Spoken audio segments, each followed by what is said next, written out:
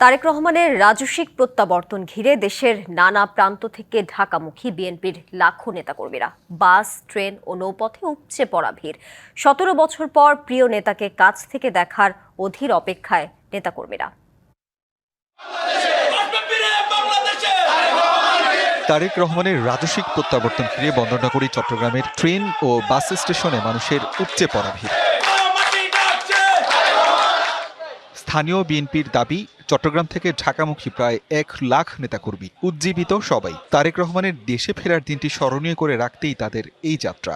আসলে গোটা বাংলাদেশ একটি নতুন ইতিহাস সৃষ্টির অপেক্ষায় ছিল, যার শেষ হতে যাচ্ছে তারেক রহমানের আগমনের মধ্যে দিয়ে। এই ১৭ বছর পরে এইরকম একটা ঐতিহাসিক দিন সাত রফ হয়ে গেছে।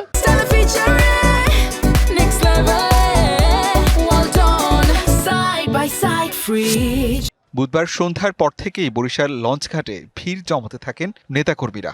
লক্ষ্য একটাই, দীর্ঘ ১৭ বছর পর দেখবেন প্রিয় নেতাকে, কাছ থেকে শুনবেন জ্বালাময়ী কণ্ঠের দিক নির্দেশনামূলক ভাষণ। পটুয়াখালী থেকেও লঞ্চে আসছেন নেতাকর্মীরা। আমরা আনন্দের সহিত এই বরিশাল থেকে হাজার হাজার নেতাকর্মী ঢাকার উদ্দেশ্যে রওনা হচ্ছি। জনাব তারেক রহমানের স্বদেশ প্রত্যাবর্তন উপলক্ষে বরিশাল থেকে কমপক্ষে ৫ লক্ষ লোক তাকে শুভেচ্ছা জানানোর জন্য যাচ্ছি। বিএনপি নেতাকর্মীদের নিয়ে সিলেট কেন্দ্রীয় বাস টার্মিনাল থেকে ঢাকার উদ্দেশ্যে ছেড়ে যায় কয়েকশো বাস। সবার মধ্যে দেখা গেছে বিপুল উৎসাহ, উদ্দীপনা।